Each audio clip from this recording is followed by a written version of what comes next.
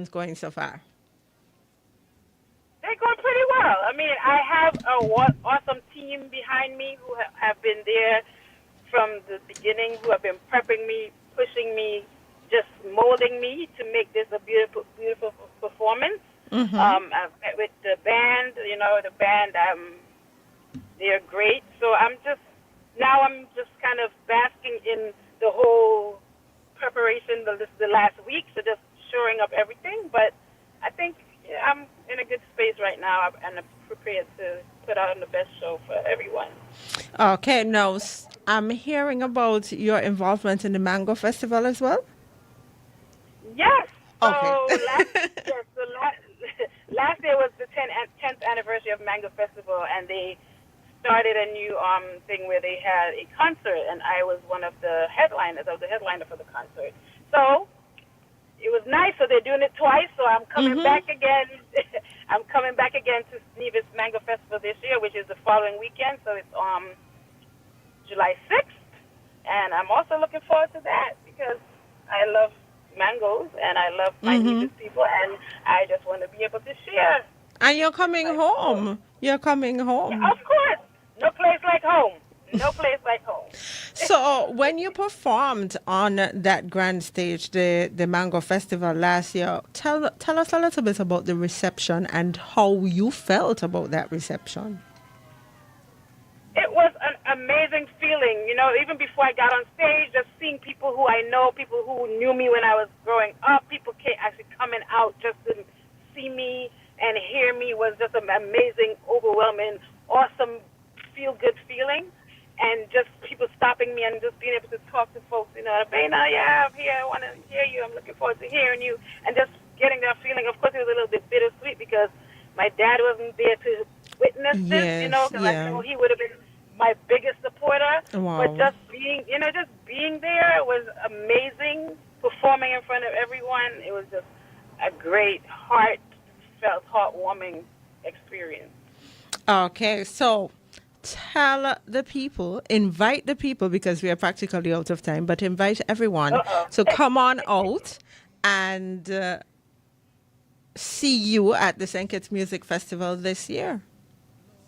Yes, I'm inviting everyone, all my St. Kitts Nevis and people all over to come out to St. Kitts Music Festival. You can come to all the shows, 26, 27, but I will be on the Saturday, which is June 28th. Come early so you don't miss anything, and you're in for an amazing time, a wonderful performance. So just come through and just, support your girl. And the Saturday night is going to be huge. So make sure you come early because you don't want to be stuck in the lines. Invite the people to come on out to the Mango Festival as well. Yes, come to Nevis too. Come on over if you're in St. Kitts. Come on over wherever you are. Come to Nevis the weekend of 4th of July. So the 4th, 5th, and 6th is the Mango Festival. The concert show is on the Sunday, which is the 6th. But there are so many activities you can partake in from the 4th, 5th, and 6th. So come on over to Nevis and enjoy a wonderful mango festival. You get to see all the different types of mangoes that Nevis have. Taste them. I know I'm going to be basking in it because mango is my favorite. So come And on you're down in and New enjoy York, so some you don't mangoes. often Yes, get those poly I mangoes, right? know. I am so missing out on these mangoes. So once I touch down in St. Kitts and Nevis, I'm looking forward to people. Bring me some mangoes, please. Anyway. You and everybody else. You and I'm putting it everyone out else. there. I'm asking for, especially Amri parties, bring me some mangoes. Okay, Avena, thank you so much. It was such a pleasure to speak to you this afternoon, and we look forward to hearing from you at the Zenkis Music Festival and the following week, the Nevis Mango Festival. We look forward to hearing you because I know you have some huge fans here, and they're telling us what to expect, so we are so excited. Oh, awesome. Well, thank you so much, Jamie, for having me. Thank you so much for your time. And looking forward to seeing all of you at the Mango Festival and at the Music Festival. Okay, Take thank you care. so much. And maybe you can pop by Freedom FM when you are on island. Definitely. We can make that happen for sure. Okay, thanks so much. Bye bye. You're welcome. Thank you. Boats and planes are headed straight to St. Kitts from June 26th to June 28th for the 2025 St. Kitts Music Festival. Featuring Young Brother, Kester Bad, Shensia, Toujours, Barrington Levy, Patrice Roberts, Spice, Romaine Vogo, Ira Star, Jennifer Hudson, and the world boss himself, Vibes Cartel, and much, much more. Get your tickets now at stkitsmusicfestival.com. The 2025 St. Kitts Music Festival, June 26th to June 28th, where music meets paradise.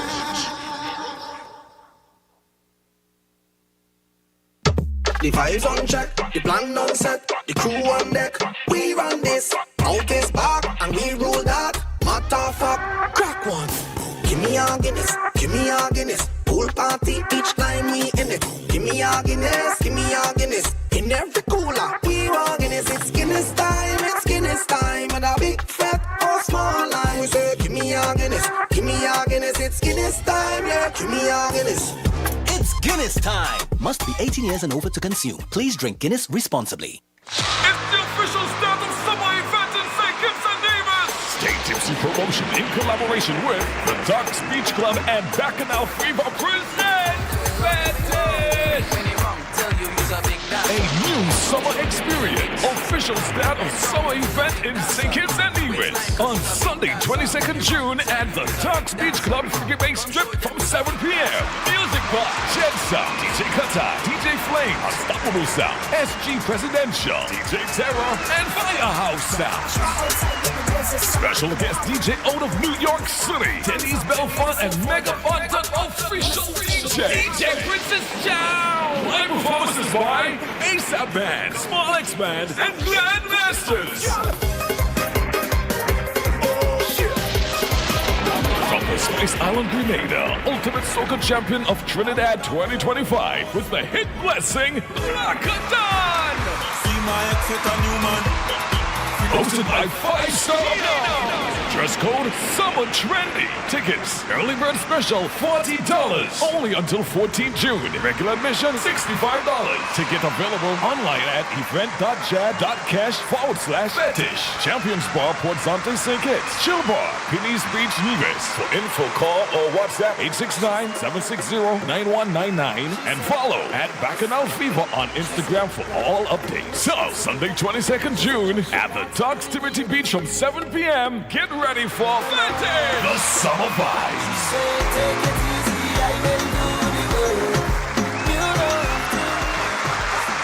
Hey, Webmaster here. I stay connected to Freedom with the Freedom SKN app. Simply search for the Freedom app in the Android's Play Store or the Apple's App Store and download it. Enjoy world-class radio at its best, anytime, anywhere. Become a Freedom apper today. Can I get a wow? It's the sound you'll make when you get out loud. Wow, it's the effect you'll get when you upgrade your home. From a place you once knew to a dream home come true. Wow, is a brand new view with the love that's so strong. Where you belong. Wow, for a home like new. Wow, it's the sound you'll make when you get out low. Wow, it's the effect you'll get when you upgrade your home. Upgrade, improve, enhance your home with National Bank's Wow Mortgage. For the effect you'll get when you upgrade your home. Lowest interest rate guaranteed and the most favorable terms. It's Wow Mortgage. Can I get a wow? Go Delta, go Delta. Reliable, go Delta. Dependable, go Delta. If you live here in St. Kitts and your tank on E, there's only one place that you should be. Maybe driving in Nevis and you need some fuel. Go straight to Delta. Don't be a fool. Get your cooking gas fast. All petroleum needs ULSD.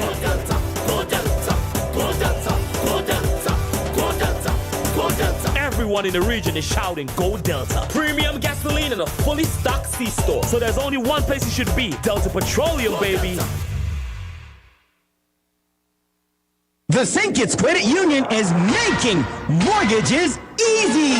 Becoming a homeowner, whether purchasing or building, has never been easier. The SKCU is here to help. Apply online via our website, www.skccu.com, or schedule an appointment today with one of our friendly loan officers to discuss your options. St. Kitts Credit Union, the best place to borrow, the best place to save.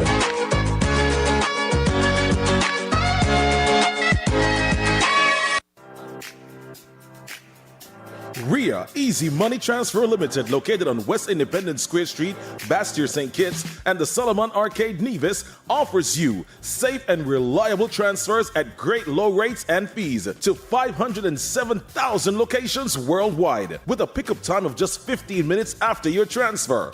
And for even more ease of doing business, we home deliver and direct bank deposits in selected countries. So if anytime you want to send money to family, friends, and loved ones, at RIA, we've got you covered. With over 30 years of experience moving money quickly, efficiently, and securely across 160 countries. Give us a call at 465-3325 in St. Kitts or 469-3325 in Nevis. Opening hours Monday to Friday, 8 a.m. to 4 p.m., 8:30 in Nevis, and on Saturdays, 9 a.m. to 1 p.m. RIA Easy Money Transfer Limited.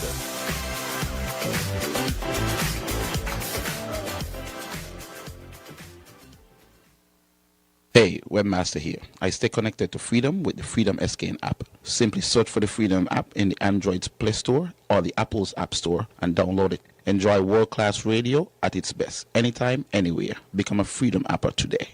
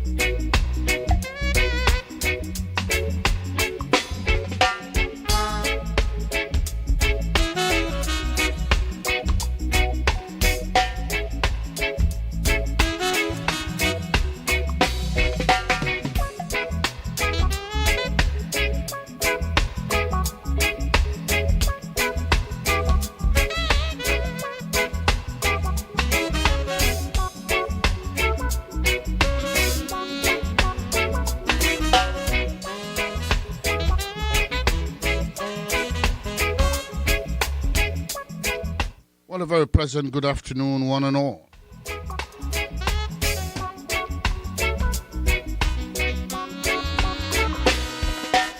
And welcome to Issues St. Kitts and Nevis. It's a world-class talk show and a world-class radio station.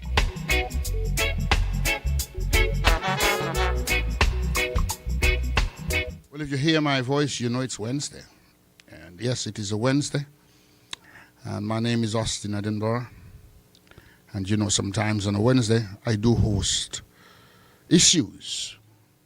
I want to welcome our listeners on whatever device you're listening on, whether it is by way of radio, by way of internet on the website, or on Facebook.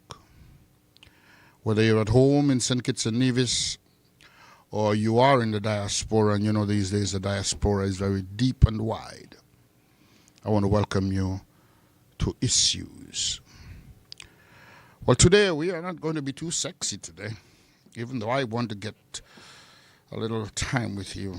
Well, we'll do that next week or week after next on Issues, get into the politics of certain things. But today, we're here to speak to you on a matter no less important. In fact, I think it is even more important because we are talking about water and the availability of water and the accessibility to water. All of those things we are going to be talking about today. And as water is the beverage of life, there can be nothing more important. We all know that whatever it takes to make any substance that is liquid requires water. To grow food that becomes solid requires water. So water is indeed not just the drink of life.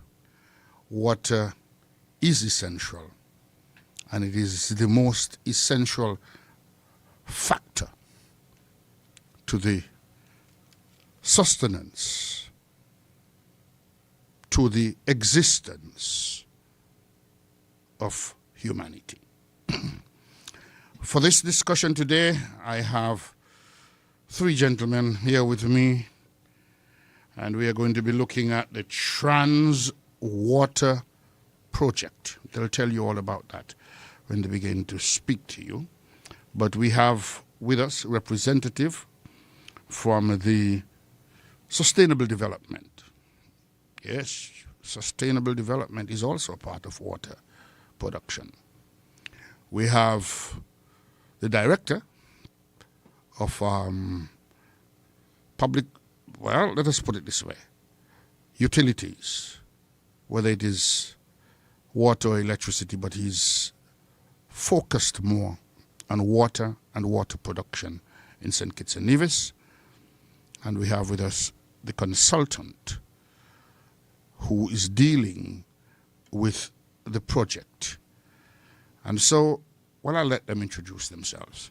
And let us start as we began in the conversation, and let's start off with a representative from Sustainable Development. He'll tell you who he is and what is the involvement with his ministry in this project.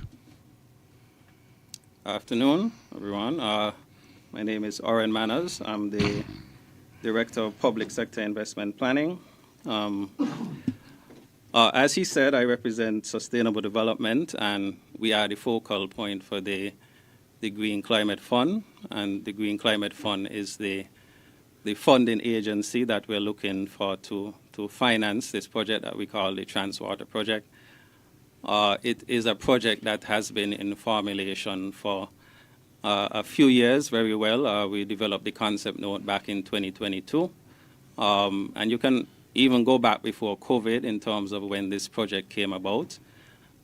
It came about because of the increase in incidence of drought in St. Kitts and Nevis, where the Ministry of Sustainable Development has been working with the Water Department to see how it can access international finance to deal with the water problem. So that's why I am here. We still have a way to go in terms of getting this project fully funded, but we hope by the end of next year, by 2026, that we can access those funds from the Green Climate Fund.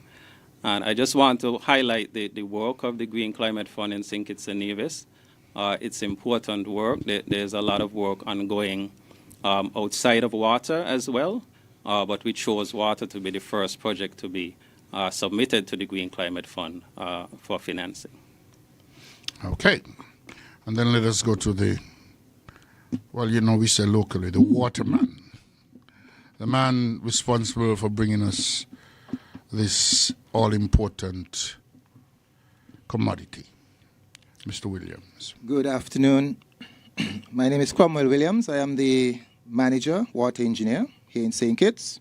It's a pleasure to be here this afternoon to share in this discussion with my colleagues and with you, the public, on this very important undertaking that the government of St. Kitts and Nevis is aiming to bring to fruition, what is referred to as the Transwater Project. My colleague, Mr. Oren Manners from the Department of Sustainable Development, has just indicated in a nutshell what this project aims at in terms of providing financial support from the Green Climate Fund to help us here in St. Kitts Nevis to deal with not just our present deficiencies, but more so our future how can we ensure that as climate change continues to become even more impactful on us here in St. Kitts Nevis, that our water sector is prepared. And as the discussion goes on, we will get more into the details, the nuts and bolts of how we are preparing to deal with the impact of climate change on the water sector. I will now turn over to my other colleague. Yes, and we are bringing on the consultancy aspect of the project, and the name of the gentleman who is part of the consultancy team is Mr. Cashman. Thank you very much. A pleasant good afternoon, everybody, and it is a pleasure to be here. I would urge our host not to get too carried away by my surname and raise his hopes too high with that. It's a common misconception, I have to say. My role here is as the team leader for the consultants working on the Transwater project. So what does that really mean? As you've heard from my colleagues here, we've come up with a concept note, which sets out this is what we would like to see. But you know, the way to hell is paved with dreams. We have to turn dreams into reality. So although we have conceptualized and put together and had accepted a concept note which says something along the lines of, these are the problems that we are experiencing, and these are the sorts of things that we would like to do to address those problems. But now we're at the stage where we're saying, okay, we want to turn concept into reality. And in order to do that, we have to undertake a whole number of investigations. We have to understand what the situation is at the moment, what that implies for what the actions that need to be taken, and what are some of the things that we need to do to be able to realize them. So what we have done so far is that we have done an inventory. We've been working on this since late last year, and we are at the stage now where we have a reasonably good idea of the sorts of things that we would suggest need to be done. But we have to now make sure that these ideas are actually feasible. That not only are they feasibly technically, that they also respond to the needs of the people of St. Kitts and Nevis there. So our hope is that through the feasibility studies, what we're working on with our colleagues in the Ministry of Sustainable Development, in the Water Department of St. Kitts, with our colleagues in the Nevis Island Administration, we are hoping that we will come forward, and I'm very, very sure about this, that we will have on the table a very sound set of studies and proposals that when we go to the Green Climate Fund, they're going to turn around and say, man, this is wonderful. Of course we're going to give you the money to do all this there. So that is our hope.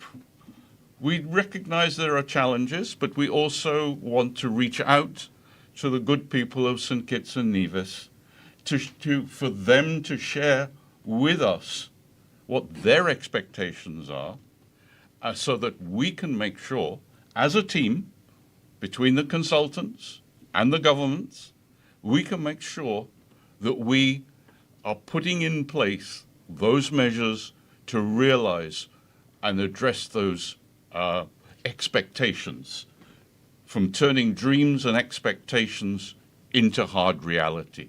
So that's part of my job. I'll say a little bit more about what the team working with me is made up and what we're doing, but we can get to that a little bit later. All right. Well, so you're here to help the people of St. Kitts and Nevis in general, the government of St. Kitts and Nevis in particular, and specifically the water engineering department in turning our dreams into reality. For just a little better understanding of the concept of the name, Mr. Williams, we have Trans Water Project. What really does trans stand for? What are you really doing or hoping to do as outlined by the name of the project?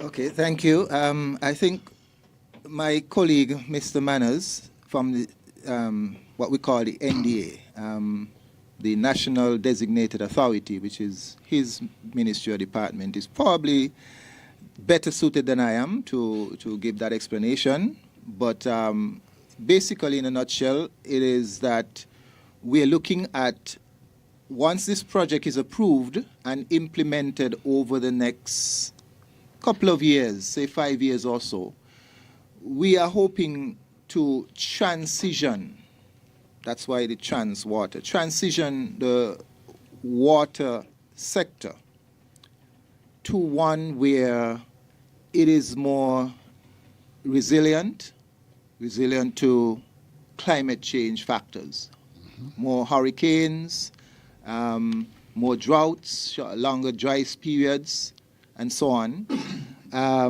That would include things like improving our sources, whether it is from the drilling of new wells, additional wells, whether it's from construction of desalination plants, improving our storage capacity.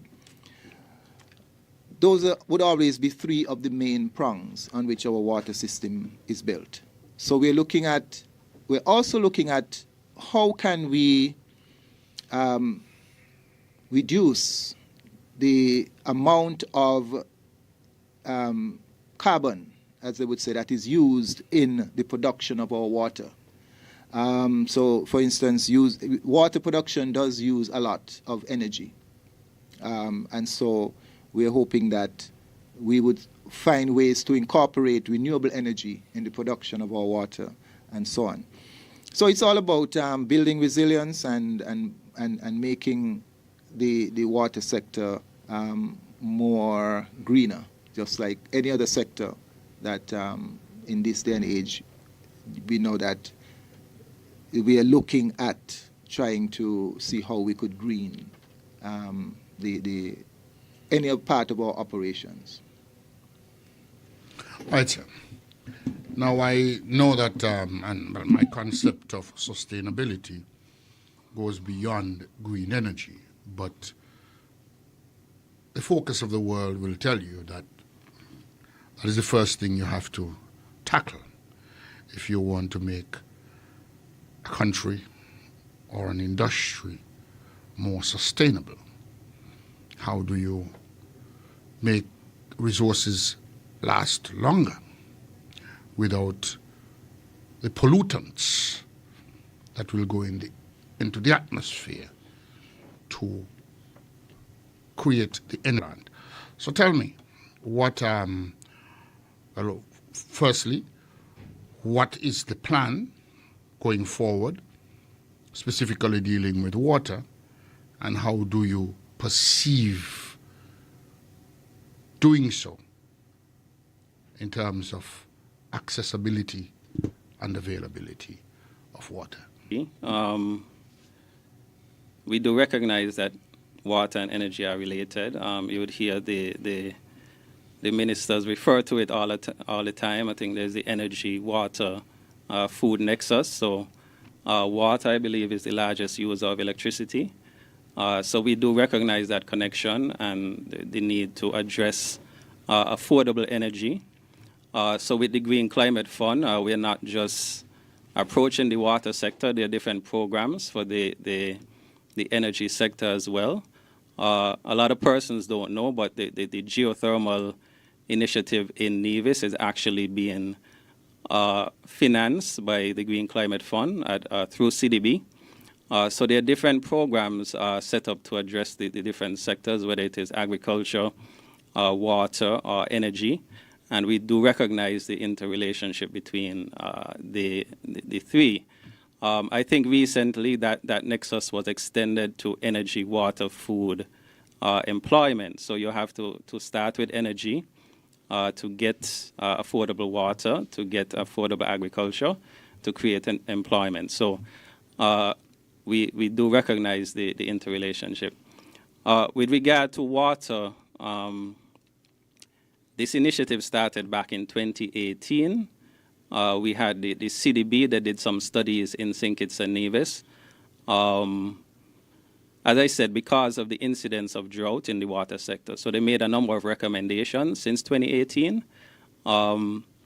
They also looked at things like our water pumping stations and how we can integrate solar panels into our water pumping stations to reduce the cost. So a number of recommendations were made since about 2018. This was before COVID. I would say a lot of them are still to be followed up. After COVID, we kind of increased our relationship with the Green Climate Fund around 2022, and that is where we formally developed this concept note for submission to the Green Climate Fund. So we have been accelerating the engagement with the Green Climate Fund and other funding agencies. You have the Adaptation Fund as well.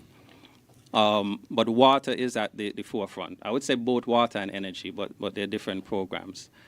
So the concept note was initially developed in 2022, and it was submitted to the Green Climate Fund. They liked it. They gave it preliminary approval, but you have to go a lot further in order to access the funds. So they gave it preliminary approval in 2022, 2023, and we now have to do as Adrian said, the more detailed studies if they're actually going to give us US $50 million, which is the price tag that we're looking at. So when we talk about US $50 million, we're talking about grants. That is what we're hoping for. Of course, St. Kitts is classified as a quote-unquote high-income country, which can affect whether we get grants as opposed to loans. But the goal is to get US $50 million in grants. We've already seen in Barbados, they have already accessed, I think, $200 million US in water projects from the Green Climate Fund, and 70% of that is grants. And in Grenada, they've already accessed US $40 million in grants in water projects. So we are hoping to do the same. When we developed the concept in 2022, we did not expect that it would take so long because we're now in 2025. And you may have heard some of the ministers speaking about this Transwater project even in Parliament. And, sometimes it even gets a little embarrassing because, we're talking about this project, but where's the money, right? So when you're accessing these funds, it can take 3 years, 4 years, but we're just trying to go through the process. So there's a process, and so I know people like to compare things, and so you may have countries, and I'll use the two that you have used, names that you've given to who have already received funding, Grenada and Barbados. They might have advanced in improving their water availability, but they have already had funds. So it means that their process began long before. Yes. And so it's important that our people understand that it doesn't happen overnight. It doesn't happen when a concept is brought together. It happens when you have funds available to deliver. It is always shorter in delivering if you can get the money to borrow. But it has a much longer term impact an economic growth because you have to pay it back. And so these funds are available to countries throughout the world. And so it's not a bad thing for this, the government of St. Kitts and Nevis, whomever is in the administrative capacity, to access these funds for development.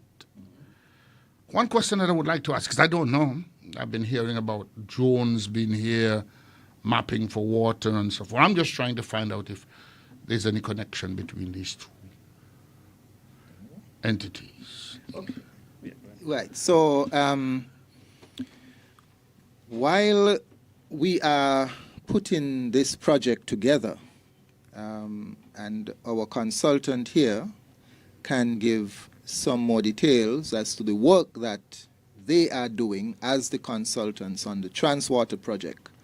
But of course, the government of St. Kitts and Nevis cannot just sit down and wait, because as we just heard, going to the GCF, getting approval, and getting those funds coming into our country to start doing stuff is going to take a little while. So we can't wait. And so, of course, the government, from its own resources, has to proceed to address the current and future water situation.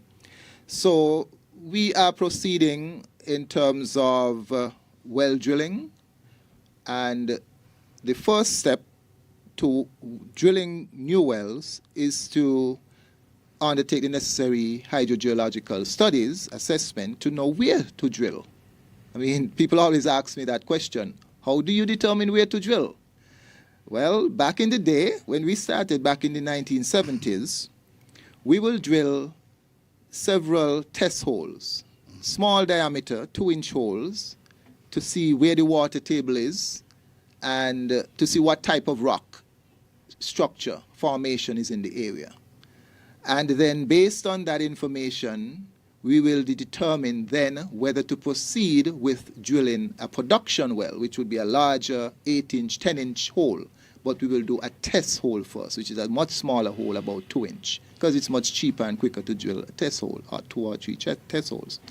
But we have moved past that now, because the technology allows us, without drilling a test hole, to use geophysics and other modern techniques to carry out that assessment that would allow us, without drilling a test hole, to get a pretty good picture as to what the soil profile in that area is, up to maybe 1,000 feet. So we will be able, using geophysics, to develop that profile and to see how deep the water table is and what type of rocks. Is it going to be a rock that is tight, where the water is not really flowing in that area, or is it going to be an area where there was some buried, maybe underground channels, and so because of that, the water is flowing much more freely in this particular area. And so we have seen that technology. We have used it successfully in the last well that we did at SKN, for instance. We knew beforehand that there was a very high probability that we will get a major production well. We drilled the well, and it was as predicted. We had a well over 400,000 gallons per day. And so we are in the process now of exploring and utilizing that technology around the island. And so that is where the drone comes in, the use of the drone technology. So that has been completed in the last few weeks, and now they're doing the analysis, compilation analysis of the data. And then in a matter of a few weeks, we will get that report which will say, these are the areas where we think you should drill. These are areas where we predict you would get a good well that is going to give you hopefully upward of 400,000 gallons per day.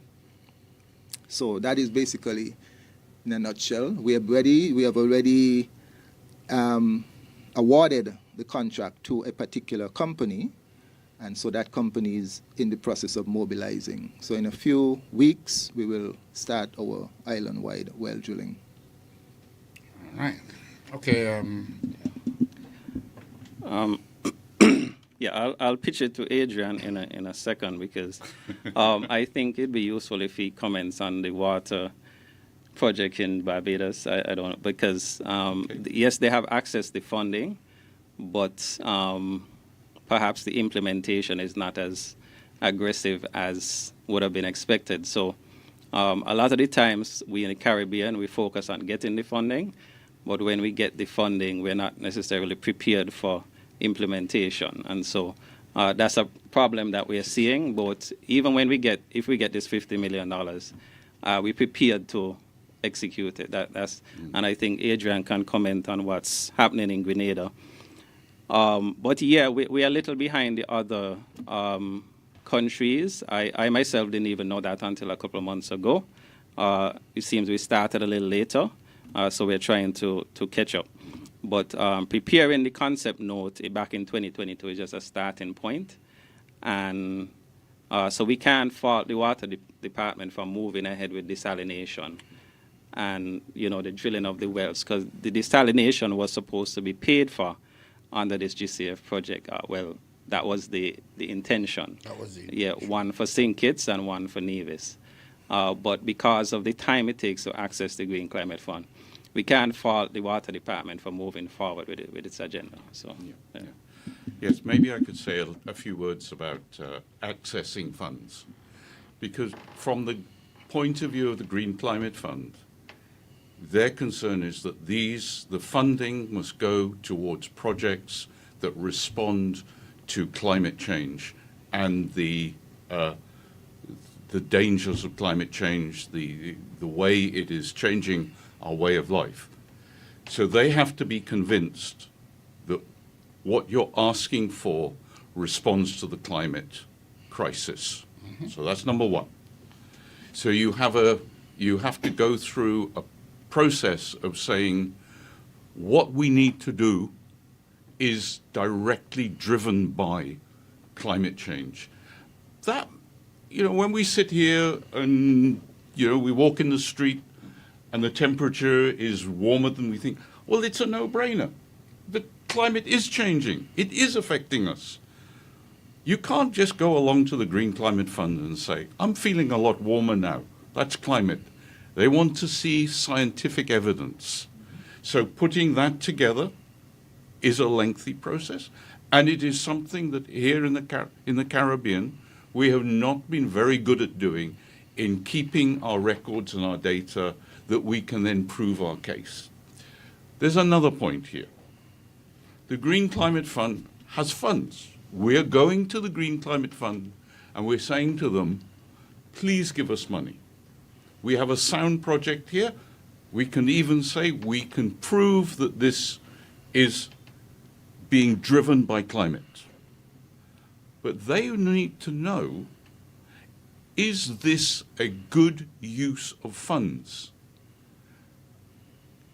Is this financially sound? So when we're applying, we have to prove not only are we responding to climate, but this is the best way that we can respond to climate. And you can imagine these are people who are guardians of very significant funds, and we have to convince them. So there's a lot of to and froing, there's a lot of studies that need to be done, and that takes time to do. I'll come to Oren's point now about once we've got the funds, what are the challenges?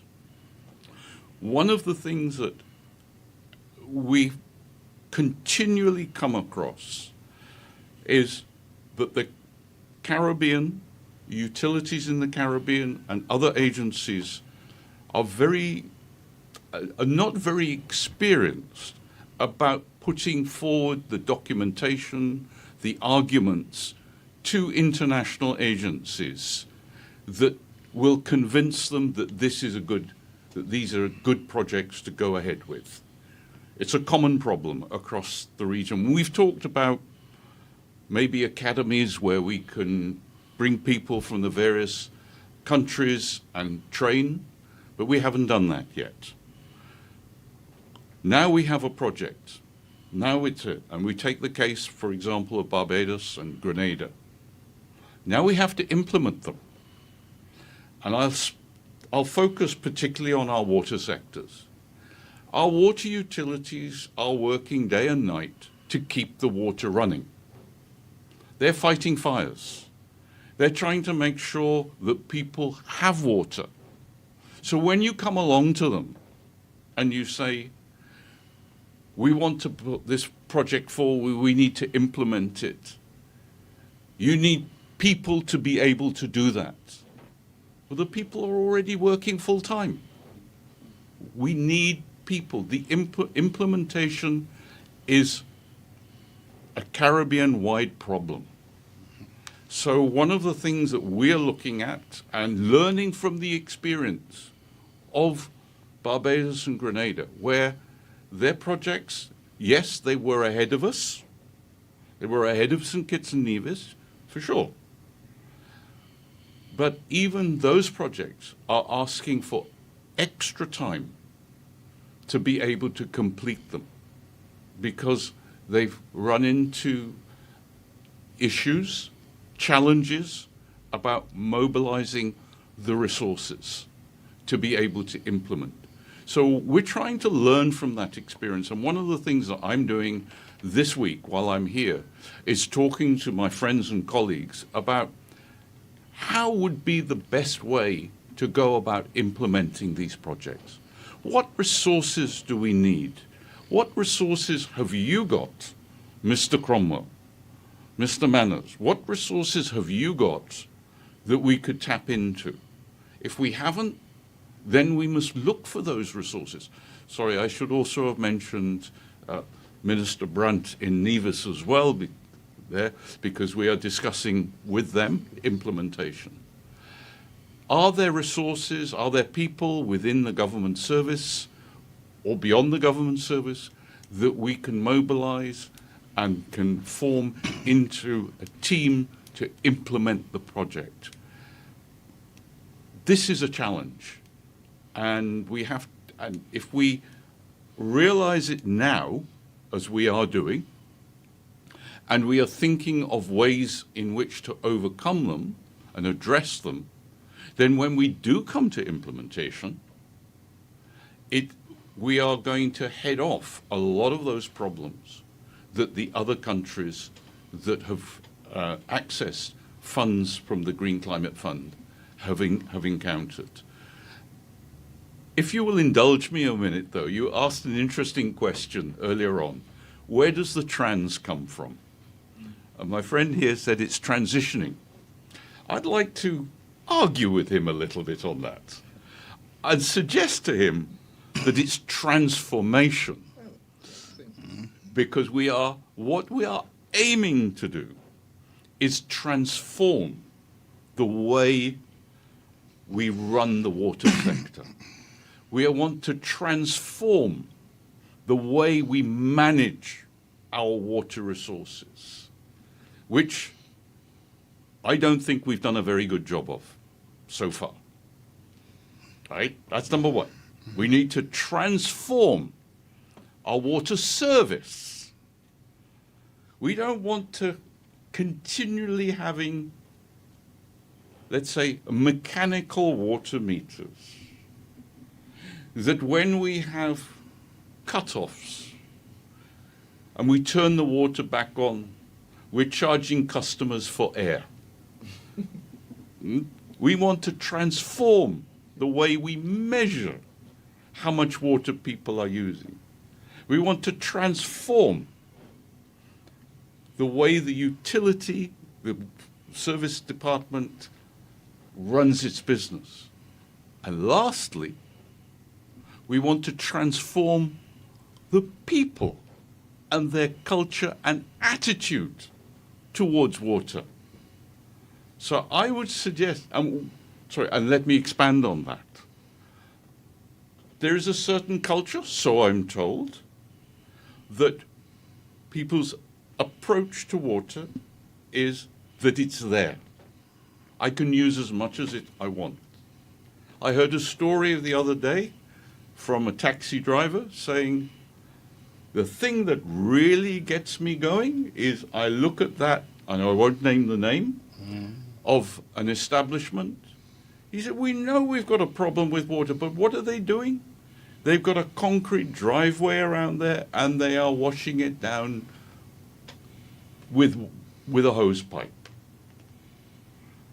That's about, we can ask why they were doing, what's the culture behind that, but we want to transform that culture, that business will think twice about using a hose to wash down a driveway that is actually pretty clean anyway. So I would say that we are in the business of transformation of the way we approach water, the way we manage water, the way we supply water, and the way we use water. I like what you said, but let me challenge you on some Please words do, here. sir. Let me challenge you on words here, because I like to play with words sometimes. And I think you're both right. Let me begin by saying that. I think you're both right. But some of my playing with words, people would sometimes say that the most positive result that you can get from anything new is if it's transformational and transitional. I will accept your point. Graciously. While it's important to transform the bad habits or the necessary changes in behavior, if that is not transitional, then it stays right where you put it. And we will end up with the same thing another 30 years down the line, basing on technology. So I'm just saying, I like to play with words. And I think that being transformational and transitional. And maybe smarter people than ourselves here thought to themselves, we will just put trans in there for the water, So and therefore be able to accommodate transformation and transition. All right, see? Okay. Now, I do want to ask you a question, though, Mr. Cashman.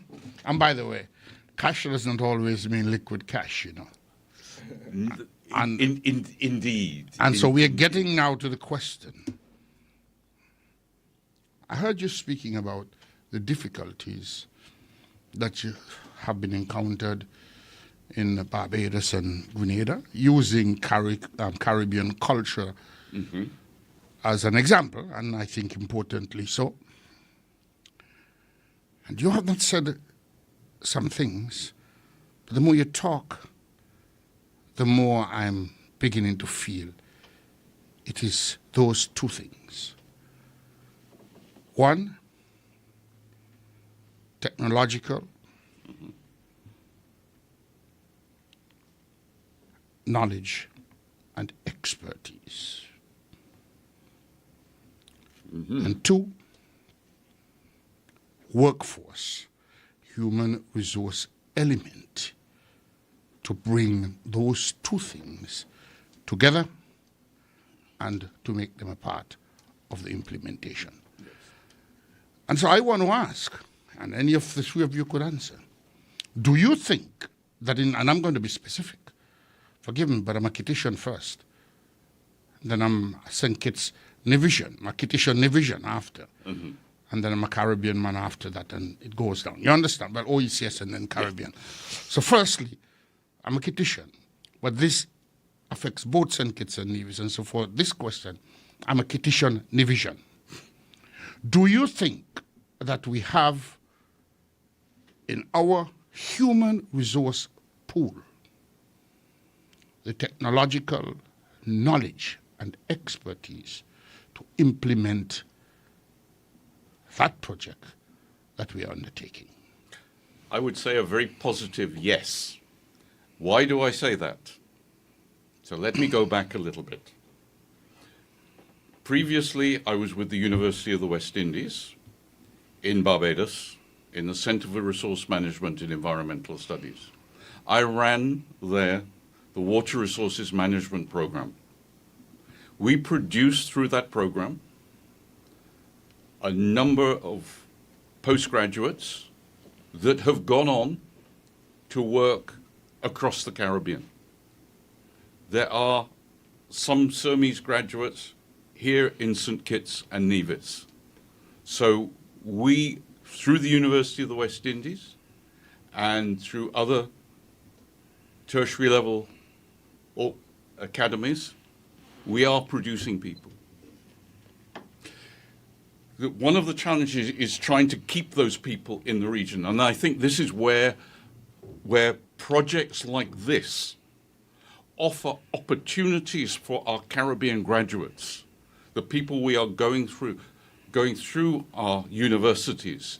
We are offering them opportunities through these developments to use the knowledge, use the training that they have gained in their time in education, in tertiary level education.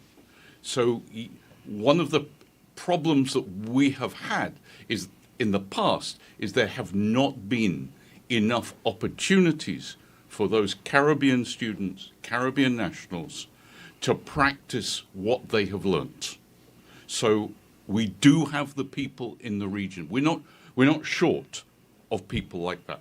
We need to create the opportunities, and projects like this are creating those opportunities. It's not something we generally put into our documentation, but it is a fact. Technology.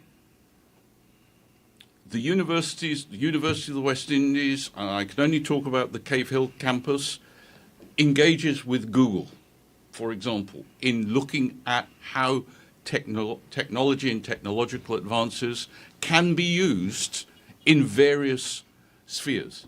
So, for example, we're looking at the application of Google and artificial intelligence, remote sensing, in addressing water losses or understanding where losses occur. What are the factors driving those losses?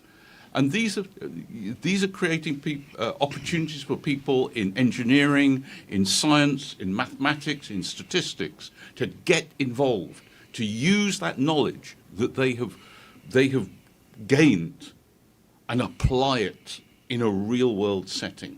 So it's not that we lack the people, that we lack the understanding of technology these days is not something that is guarded. It's become globalized. Technology, they're looking for opportunities to roll out their techniques. I'm sure Mr. Williams has been approached by any number of people coming along and saying, we can use our technology to do this and that. He's already alluded to the fact that using drones to go out and map groundwater from the air to the ground.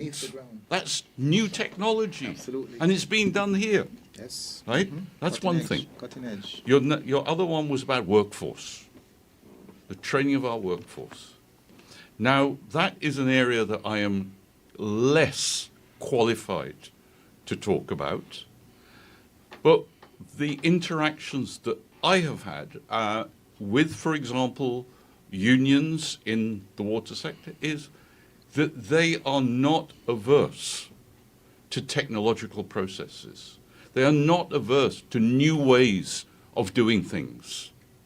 Obviously, they want to protect their jobs. They want to protect employment. They want to make sure that the conditions of employment are appropriate. The idea that workforce wants to hold you back, wants to act as a barrier, I think is wrong. And it is not my experience of our workforce there. Yes, as we start to take up new technologies, new ways of doing things, we have to think about how we prepare our workforce and train the workforce to be able to participate and take up these opportunities. So, yes, we do have challenges. I don't want to underestimate that. Don't want to underplay it. But I think this idea that we sit back and we think, oh, there's nothing I can do about it. We're on the receiving end. We have to wait until somebody else comes in and does it for us. I think that is wrong. And I mean, I have trained in my time a whole cohort of postgraduates, many of whom have gone on to do doctorates in various areas. And they have gone out, they are applying that knowledge now. So I think that maybe I'm too much of an optimist, but I think we're on the verge of, through mobilizing funds like this from the Biodiversity Fund, by the Adaptation Fund, Green Climate Fund, support from the Inter-American Development Bank, Caribbean Development Bank, I think there are some great opportunities that we have. All right, well, here's what. We do need to pay the bills around here. Yes, we do. Otherwise, we won't be on here to carry you. And that's where the cash man And so what I'm going to do is I'm going to go to our sponsors. And when I come back, Mr. Williams, I have a question for you. And your name again, sir? Manners. Excuse my old brain. Doesn't retain as it used to. Forgive your bad manners. But when I come back, I'll have a question for you and for Mr. Williams. And then we would try and engage our public to see if, yes. So let me go to our sponsors. Let me come back, ask those two remaining questions that I have, and then we'll go to the public for the interaction. And when I come to the public, I want you to write the numbers down if you don't have them before. It's 465-0546, 465-6474, 662-1065. But remember, it's after our commercial break and after I ask two more questions of my panelists. Credit Union is making mortgages easy. Becoming a homeowner, whether purchasing or building, has never been easier. The SKCU is here to help. Apply online via our website, www.skccu.com, or schedule an appointment today with one of our friendly loan officers to discuss your options. St. Kitts Credit Union, the best place to borrow, the best place to save.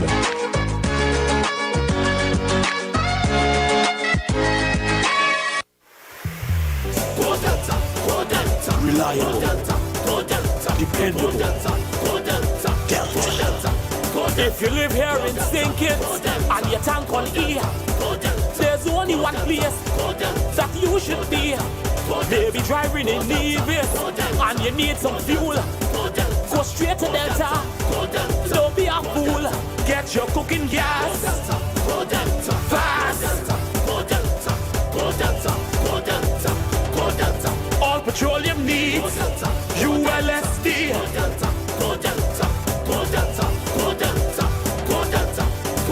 Everyone in the region is shouting, go Delta. Premium gasoline in a fully stocked C-store. So there's only one place you should be. Delta Petroleum, baby. Can I get a wow? It's the sound you'll make when you get our loan. Wow. It's the effect you'll get when you upgrade your home. From a place you once knew to a dream home come true. Wow.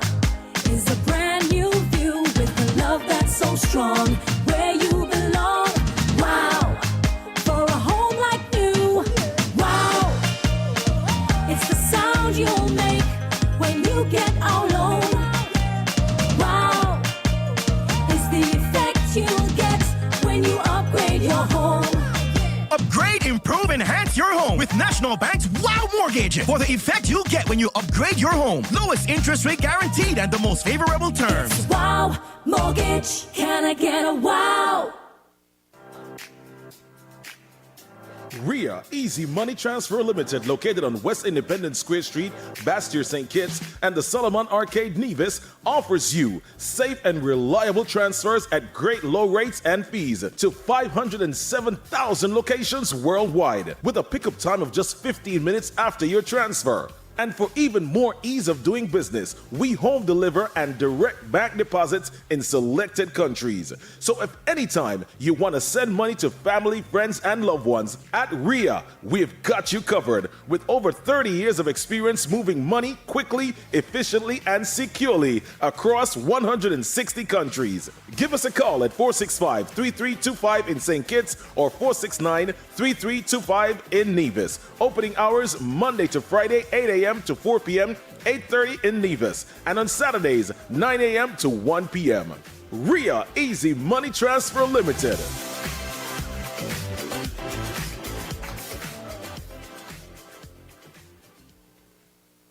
Hey, Webmaster here. I stay connected to Freedom with the Freedom SKN app. Simply search for the Freedom app in the Android's Play Store or the Apple's App Store and download it. Enjoy world-class radio at its best, anytime, anywhere. Become a Freedom Apper today.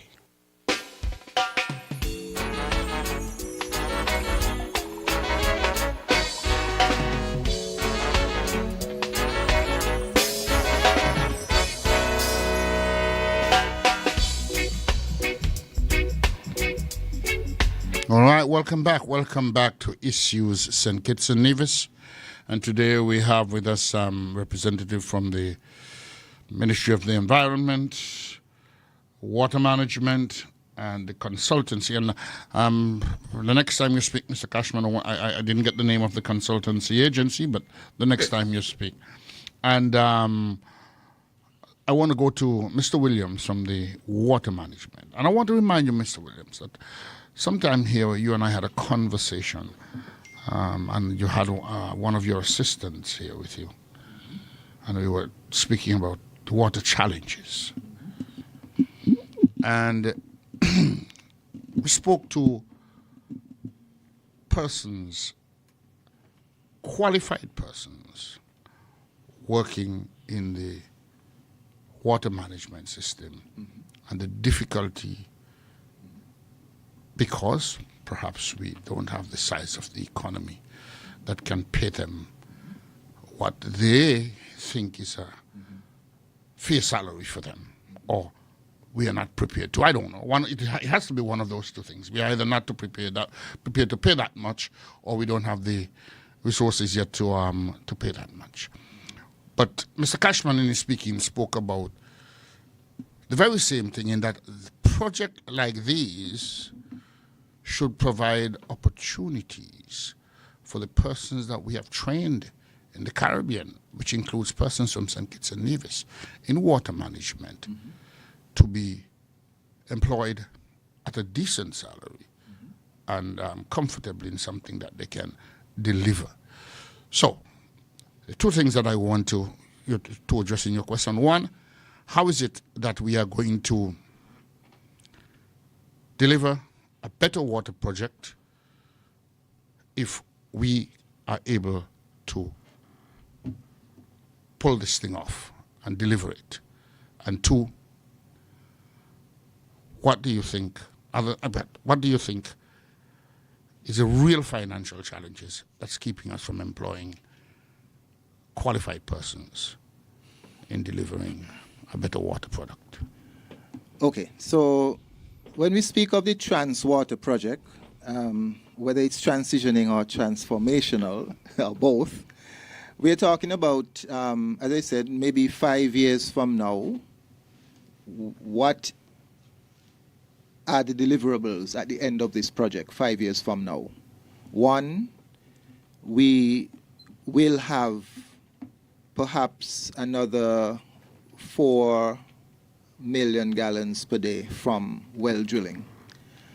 But as we also indicated, we are going ahead with the first part of this project on our own because we cannot wait. We're in a deficit. We are not able to provide 24 hours. We are looking at the possibility of at least one additional desalination plant. Again, we had to pull this forward because we can't wait. And we're also looking at increasing our storage capacity. Right now, we have about 7 million gallons in terms of storage capacity when you add up all the reservoirs around the island. A 200,000 gallon tank there, 100,000 gallon tank there. That is just about 1 day storage.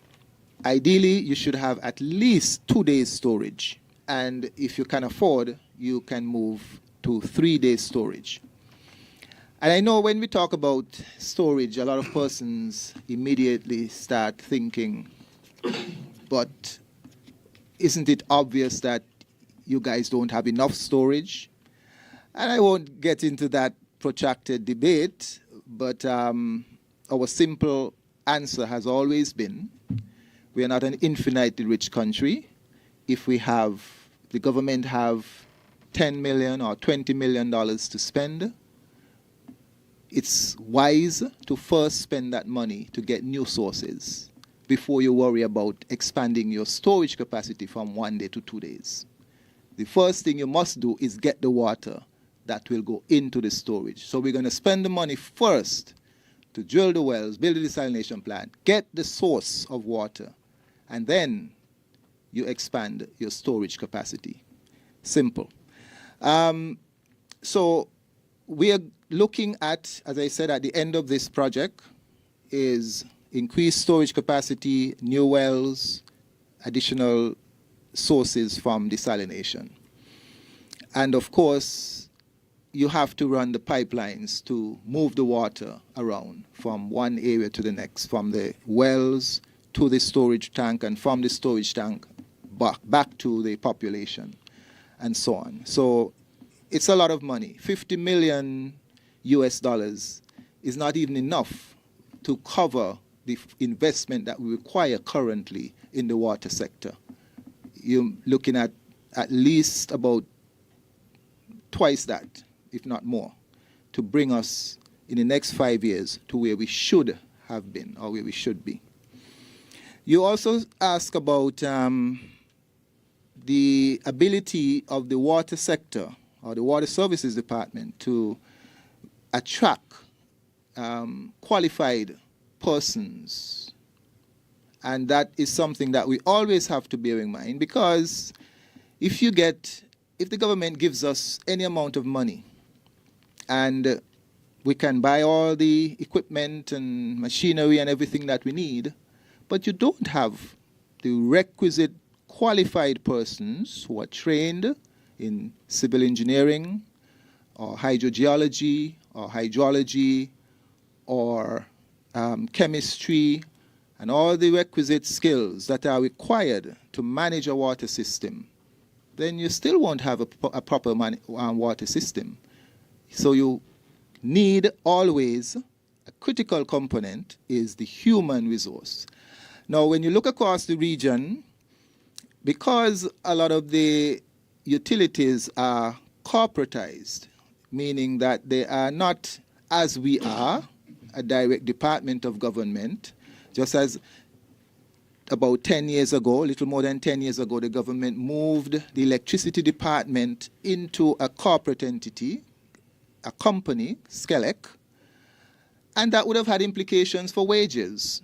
So if I am trying to recruit an engineer or some other qualified person, and that person is not available in St. Kitts, but is available in another Caribbean country, Trinidad, Jamaica, whatever, they're going to look at the cost, what we're able to offer them.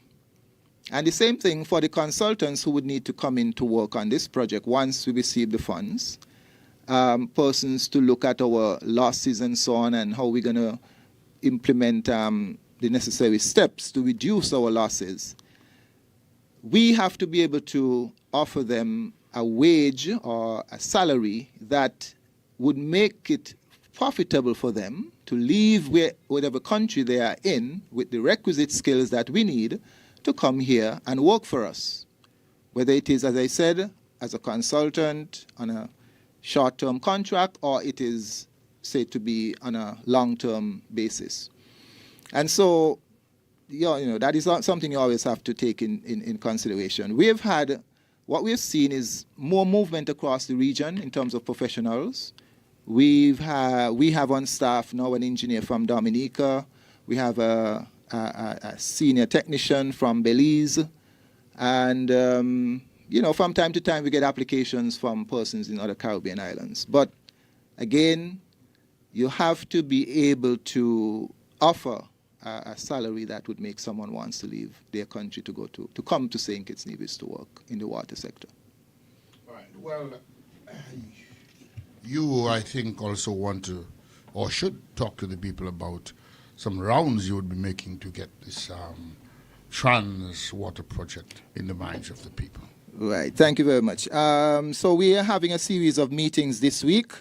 This evening at 6:30 p.m., we are at St. Paul's having a community meeting at the community center, right? Community center this evening at 6:30 at St. Paul's. So we're meeting with that community to discuss this project and, to a general extent, their water issues. Tomorrow, Thursday, we are at Sadler's, 6:30, again at the primary school, Sadler's Primary School. And then on Friday, again at 6 p.m., we are back here in Basti at the McKnight Community Center. So we encourage anyone and everyone to come out and rapport with us, tell us your ideas on, how you think we can work together to address the challenges that we face as a country in terms of the sustainable management of our water resources. And now I come to you, Mr. Manners, before we go to the general public. And so the question that I have for you, well, we're talking about making a more sustainable, more deliverable water product to the people of St. Kitts and Nevis. People are washing down their driveways with water, and people don't like to see that. And but somebody might feel, well, I want to wash this dust off of my driveway. All of these things have impacts on our natural resource, on our environment, on the air that we breathe, on the beaches that we're able to go to. All of these things are about the environment. So I just want to ask you, Mr. Manners, how do you think the delivery of this project will positively impact on our environment? Right. Just to correct, I'm not from the Ministry of Environment. Oh. Yeah, I'm from the Ministry of Sustainable Development. So sustainable development. Yes, well, yes. Environment falls under sustainable development. We're sister ministries. Okay. Yeah, same minister. So I'll attempt. I'll attempt to answer. Yes, we're related. Well, as part of these projects, the Green Climate Fund, they require pretty comprehensive environmental impact assessments to be done. So any negative impact that is to come from the interventions, for example, the desalination plant that we are currently implementing, there were some public concerns about the effect of the brine and the byproducts of the desalination on the sea. So when you approach the Green Climate Fund and these funds, the environmental impact assessments are pretty comprehensive and stringent. So we have no fear that going into this project that will be addressed. They also require comprehensive social impact assessments, and so that is one of the reasons for the community meetings, to hear from the public how they see this project impacting them, whether negatively or positively, before we move into implementation. So environmental impact assessments and social impact assessments in terms of how it will benefit the country from an environmental standpoint. I guess we'll have more water. That's a bit difficult. More efficient use. More of efficient water. use of water. Yes, yes. And I'd actually just, if you would allow me, I would like to just expand a little bit on that. But before you do that, tell me the name of your consultancy. Sorry, it's SIAC Solutions, which is a Jamaican consulting company there. But what I would like to say is that we know that climate change is going to have an adverse effect on our water sources, water availability. If we keep, and I'm going to touch on a sensitive subject here now, if we keep on having high levels of water losses, and we have a culture of profligate water use. I am from St. Kitts. We have a culture of wasting water. Wasting water. Now, if we put those two together, we are putting an undue strain on a diminishing resource. This project is aiming to address how do we reduce the water losses from the system? What do we know the steps that will need to be taken? They're being built in. Mm-hmm. It's not a simple one shot. There are a number of things that we're doing. So we reduce that. We also have a component that, as I said, transform people's approach toward the use of water to encourage more efficient and effective use of water. So if we do that, we reduce the strain that we are placing on the sources, even though we might put new boreholes in, we might put desalination plants, which will relieve some of the strain, but we are relieving the pressure on the environment. We're relieving the pressure of over-abstracting, which will have, for example, on the Basse-Terre Valley Aquifer, dire consequences because with sea level rise, saltwater intrusion. We could lose that. We could lose that as a source, which is a major source. So by addressing some of these things about water loss, the way we use water, we are going to reduce the strain on our sources, and that is we will adapt to climate change that way. It means that we can continue using those sources long into the future, which we would not otherwise have done, and that would be an adverse environmental. We have to couple that, and which is not something we're doing in this project. We have to couple that with the way we manage our watersheds, the way we manage our land. You can't really talk about water and water management without talking about land management as well. So I just wanted to add to what Mr. Manners was saying there. Okay. And before we open to the public, I would just, to the public to call in, I would just say that when I grew up, sugar cultivation was a big part of the economy here. And it's only now I'm really beginning to realize what contouring high up in the mountain did for water preservation. Yes. The sluices that were cut into the tractor roads that took the water into a water hole that was dug, and so the water that was run off coming down the road went in there. I'm now realizing it was not only good for irrigation, but also for refurbishing the aquifers. And so I agree with you, but these are conversations that we need to begin to have. I don't think that we will get back into the kind of contouring, because I don't see us getting back into sugar cultivation again. I may be wrong, but I don't see it. No. But we need to discuss alternatively. What can we do to still factor into our land use some of those practices that were beneficial to water storage, water usage, and et cetera, et cetera. But I want to say to our listening public, telephone numbers 465-0546, 465-6474, 662-1065. Those are the numbers to call if you wish to join on Issues St. Kitts Nevis today and speak with the persons who are here from Water Management Services, Sustainable Development, and what's the name of your? SEAC Consultancy, who are here dealing with the Trans Water Project. Water is something that you speak about every day. I hear you. I listen to you. I listen to a lot of you, and I agree with you. If you see 1 ounce of water wasting, to get upset about it.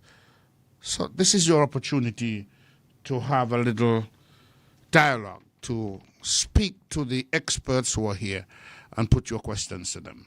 Telephone numbers again, 465-0546, 662-1065, 465-6474. Don't be intimidated. And, I'll let you, Mr. Williams, tonight you're going to be in St. Paul's, isn't it? Yes. Go ahead, make your announcement. Just to inform the public that as part of this project, we are also undertaking a survey that is a public survey. It's called a willingness to pay. So persons will be coming to you, and we encourage you to participate, because the information that you provide on that survey will go a great way in helping us to better understand, your feelings and so on.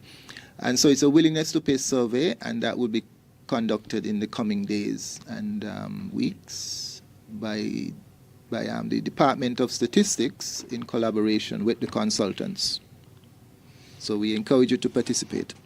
Well, let me just ask a question, and I'll ask it of you as manager for our water delivery system. So a survey relating to the willingness to pay. But I do believe that we need to pay. But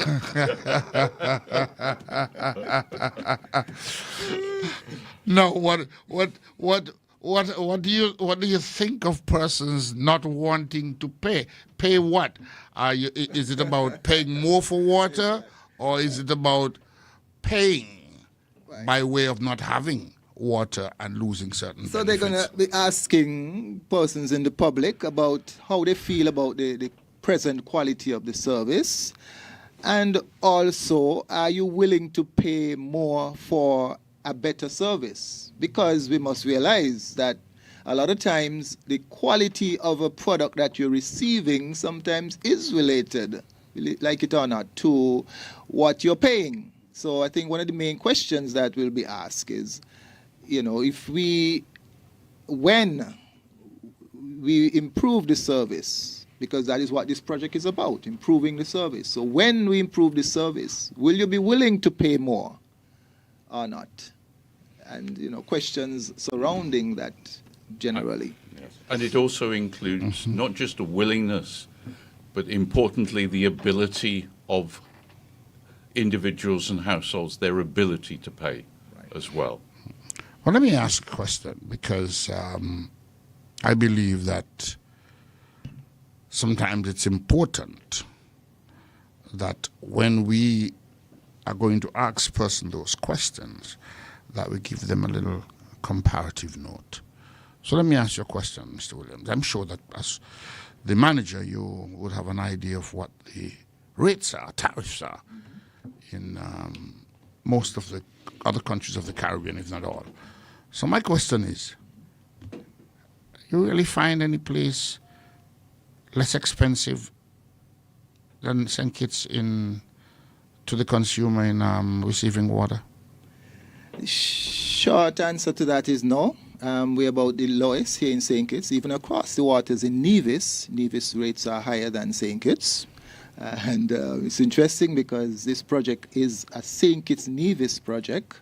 We're going to the GCF as one country, but yet when you look at our rates, they will see a significant difference.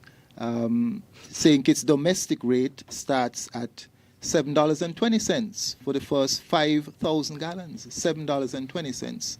Nevis, I think, their lowest is $13 for their first tier, between 0 and maybe 2,000 or something like that, $13. So, and then when you look at the other Caribbean islands, yes, you would find that they're probably more in line with the Nevis rate, and some even higher. But that's understandable that everybody shouldn't pay the same, because the cost of production is not the same across the islands. If you look at Antigua, which is almost 100% desalination, you would expect their costs to be higher than St. Kitts, where traditionally we have gotten most of our water from natural sources, groundwater and surface springs. So yeah, St. Kitts is still one of the cheapest. But there are rules of thumb, one of which is that the amount that you pay for water, and it's usually water and sanitation, because most times your sewage bill is coupled with your water bill, is typically should be, the United Nations recommend about 3%, or not more than 3% of your household income. If you look at St. Kitts, where our rate was last increased over 20 years ago, in 2001, very few households are being asked to pay anywhere close to 3% of their household income, especially if once they're using that water wisely. Now, if you have a toilet in your house that is running 24/7 and you get a bill and you use 20,000 gallons or more, then it's not going to be 3%. But if you are particular in how you use water, you would find that the rate is more than affordable and reasonable. Well, I have a question here. The listeners sometimes they won't call, but they'll find a way to get their message in. And I have a question here. It says, and he's asking if you can speak to the results of the past environmental impact studies done for the active desalination plants. So are you aware of any environmental impact assessments that were done on what for the active plants and what desalination plant? Okay, well, we can speak about the Marriott desalination plant, which Royal Utilities that supply Marriott. That was basically the first large desalination plant introduced in St. Kitts, even though it's a privately operated. I'm not sure as to what environmental impact assessment was done, but what I can say is that that plant has been operating for over 20 years now, or just about 20 years. And a few years ago, we would have looked at the impact of that plant in terms of the brine discharge, and it had basically no negative impact, very good positive impact, because the brine was being discharged into the ponds on the Gulf Coast, and those ponds would have been cleaned up actually, and you had lots of fish in those ponds and so on. So it actually was a good impact of the discharge of the brine in the pond system that ultimately leads out to the sea. In our case, though, where we'll be doing the direct discharge of the brine into the sea, there's a way of doing it so that it has minimal impact on the sea environment, and so that has been taken into consideration. Right. Well, I think the questioner is, and maybe I'm putting too many people on the spot here with this, but I think if I've interpreted correctly, the questioner's point was about transparency. It's about there is a requirement for environmental impact assessments to be done on development projects, but is the public, are the results of those studies made available to the public?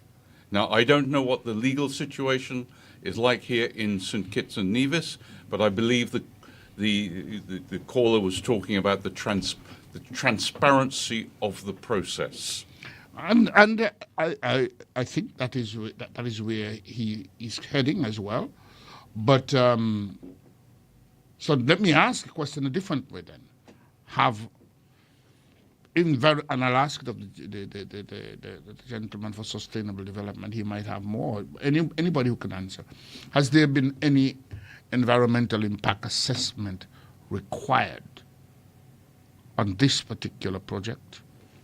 Well, let me desalination. Let me say that So we have one small desalination plant operational in St. Kitts right now, which we know was donated by the United Arab Emirates. We've just started using that plant.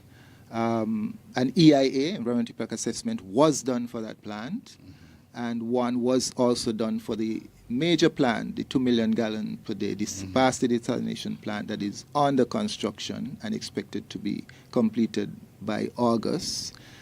We would have done this environmental impact assessment for both of those plants. The physical planning department, which has to review, in collaboration with Department of Environment, has to review those EIAs and approve them, would have done that for both plants. EIAs are normally a public document in that you can go to the Department of Physical Planning and ask to see the EIA. That is as far as I know.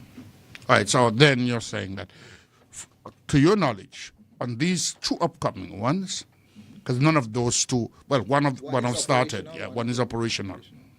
But apart from the Marriott, thus far in St. Kitts, it's only those two. And assessments were done.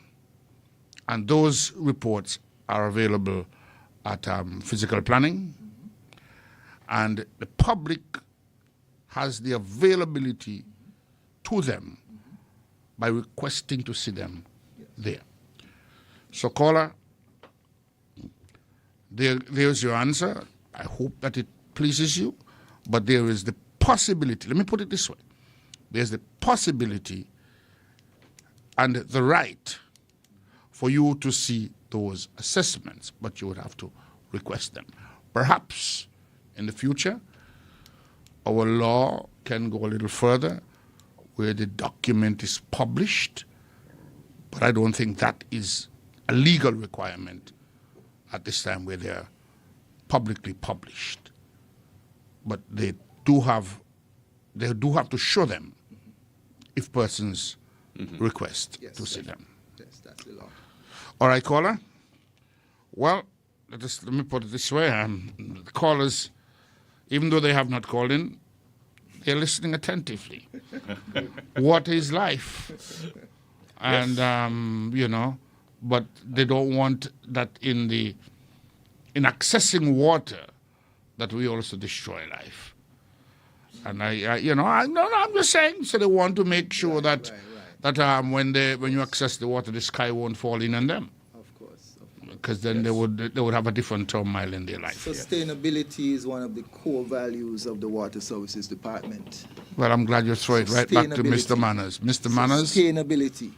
So the sustainability of this you see, project. for instance, the Bastia Valley Aquifer, we can go out there and run the wells 24/7 and just draw water. And all the people need more water, well, run the pumps and run them at their maximum, and then it won't happen in a short time, but eventually we will start pulling in brackish water. And for that reason, we know that we cannot do that. And so we will turn off the pumps from time to time and rest them, because it means that it must be extracted in a sustainable manner. And so we live sustainability in the Water Services Department. And there's no compromise on that. I'm going to come to you on the sustainability bit, but let me just add or get your comment on this, because I remember listening to a documentary. By the way, I'm a news junkie. So terrible. I kind of listen to information all the time. Yeah. And I remembered on the BBC there was a documentary where they were speaking about the aquifers in Ireland, and where the earth had begun to become uneven. That was a term that they used. Yes. Puerto Rico. And that is because they had run them pretty much dry. You're absolutely correct. The BBC was reporting on a study that was done of major cities around the world, and it showed that many major cities are actually subsiding. The most critical example is Jakarta in Indonesia, and it is directly due to abstraction of water from groundwater. Over abstraction. I'm being properly corrected by my colleague. Over abstraction. And that is drawing the water, it's drying out there, and that they are not sinking by inches. They are not sinking by feet. They are sinking by yards. Oh, my. Right. So you're absolutely right. The impact, the over-abstraction, poor water resources management, which, as I said before, we're going to be looking at as part of this project, poor water resources management has consequences not just for the supply of water, it has consequences for human health, it has consequences for the environment, whether it's built or natural environment that we live in. All right, and well, we are going to end with you until we come back for closing from all of you. Mr. Sustainable. Let us end with, when I'm saying, okay. we'll end with your, you wanted to comment on what Mr. Williams said, but I want to add something in here in terms of sustainability. Is sustainability only about availability, or is it more about how you utilize availability? That's my question. That's your question. I like how you use your words, Mr. Edinburgh. But I think you are correct on both counts of what you just said. We define sustainability as how do we optimize the use of resources in the present generation without negatively affecting the availability of those resources for the successive generation. So that's our broad definition. And of course, that spans not only water, but it spans all sectors, tourism, agriculture. So we have to look at it from not only an environmental standpoint, but economic as well, a social standpoint. So we have to take a holistic view. So the Ministry of Sustainable Development, that's why it's comprised of the departments it comprises, statistics, where we have to collect the necessary data to be able to measure the impact on our different resources. We just employed an environmental statistician, for example, which was not done in the past. We haven't been tracking environmental statistics. But we have to start with data. The sustainability, because how would we know where we are if we're not able to measure? Our other departments, such as Department of Physical Planning and the Urban Resilience Department, they're responsible for the environmental impact assessments, for example. My department, which is Public Sector Investment Planning, or PSIP, we're responsible to some extent for financial sustainability.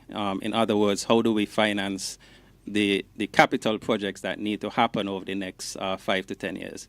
So each department has a different responsibility, but we're encouraged to look at sustainability from a holistic standpoint. So I think you covered it in both of the definitions that you just gave. All right. Well, let me ask you to wrap up now, too. Going out, what would you say to the people of St. Kitts and Nevis who have listened to this interview this afternoon? And let me say to you that they are listening. This is not a subject that they can argue with. So they've been at one to call. So what would you say to them going out and having regards to the PR campaign that you would be attaching? I want to use the opportunity to bring visibility to the Green Climate Fund. As I said, we are the focal point for the Green Climate Fund. This water project is just the first in the portfolio that we intend to build out with the Green Climate Fund. So immediately on the heels of this, we have a climate smart agriculture project, which is US $25 million, which we also expect to be approved by the Green Climate Fund in 2026. We have projects related to EV, electric vehicles, and also regarding coastal protection. For example, Irish Town, how do we better protect Irish Town and Fort Lands from the sea? So we have a slate of projects in the pipeline that we expect to approach not only the Green Climate Fund, but also the adaptation fund for financing in the next year or two. And this will assist with our fiscal sustainability as a country because, as you know, water right now is taking up a substantial portion of the government's budget. Water has increased its budget by 400% since 2022 for desal and other things. The other ministry that's taken up a sizable portion of the budget is Public Works. So those two ministries are dominating the capital budget, what we call for projects. And so that has an impact on other sectors, of course. And so we need these climate funds to come to the fore and assist the country in funding its medium-term objectives. And one of the objectives of the Green Climate Fund is also to green the curriculum.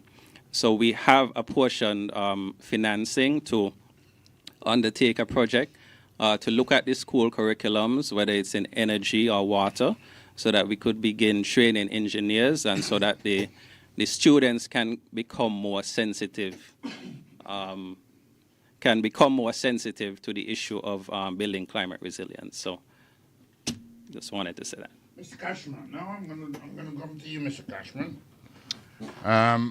Your closing words for our listening public. Oh, man.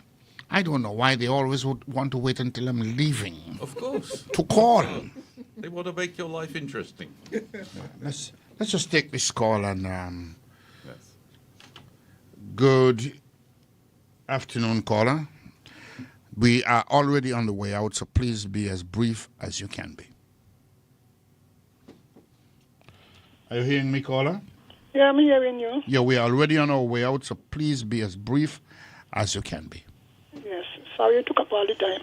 No, you failed to call. Let me continue. I would like to ask the consultant. My girlfriend, by the way. Where have you been all the time? You left me. I know my place, you know. I don't line up being anybody's wife. All right. So now, what I want to know in terms of the consultant, is there any provision in the contract for our people to understudy? I don't mean the water engineer and the other one. The young people who have done resource management with their masters, we could even invite some of them to come back. Because we would end up in the thing where every time a project, you have to have new people outside. And our people are no better off. So is there any clause in the contract for the gentleman's company to allow people to understudy and do job attachment? That's the question. All right, thank you very much, and I'll get him to answer as he speaks on his way out. Nice to hear your voice. Okay, sir, the question is for you, Mr. Cashman.